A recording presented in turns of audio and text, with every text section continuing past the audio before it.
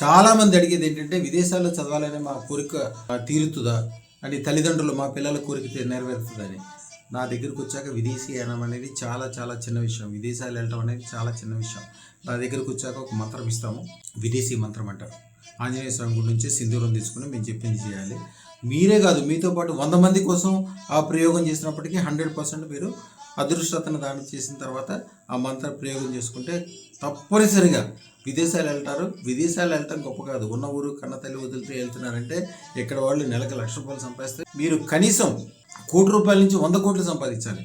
అక్కడికి వెళ్ళిన తర్వాత ఈ దేశానికి పేరు తెచ్చే విధంగా ఐశ్వర్యం సంపాదించడమే కాకుండా అక్కడికి వెళ్ళి ఇక్కడ ఎకరాల కొద్ది భూములు కొంటాము, ఆస్తులు కొంటాము, బ్రహ్మాండంగా చేసుకొని మళ్ళీ మీరు తిరిగి వచ్చేసరికి మీ బంధువులందరి కోసము మీరు గొప్పగా ఒక ఇండస్ట్రీ పెట్టడమో, ఒక వ్యాపార వ్యవహారం చేయటమో, మీ దేశం యొక్క పేరు నిలబెట్టడానికి మీరు గొప్ప విషయాలు చేయటమో, మీకు అన్నీ కావాల్సినవన్నీ కూడా దాంట్లో ఏర్పడే విధంగా తయారవుతుంది. అందుకని అదృష్టతను దానం తర్వాత మాత్రమే విదేశాలు అనేది మనసులో పెట్టుకోండి. వెళ్ళటము గ్యారంటీ. నా దగ్గర మంత్రం చేసుకుని అదృష్టోత్తరం పెట్టుకున్న తర్వాత విదేశాలు వెళ్ళిన వాళ్ళు 3 సంవత్సరాల క్రితం లెక్కేసినప్పుడు కోవిడ్ టైంలో లెక్కేశారు. అప్పుడు 270 మంది సొంత విమానాలు కొనుక్కున్న వాళ్ళు ఉన్నారు. వేల కొద్ది ఎకరాల భూముల యొక్క వ్యవసాయం చేస్తున్న వాళ్ళు ఉన్నారు. వాళ్ళ వ్యాపారం, వాళ్ళ ఉద్యోగం వాళ్ళు చూసుకుంటూనే సైడ్గా సరదాగా అద్భుతమైన విజయాలు పొందిన వాళ్ళు ఉన్నారు.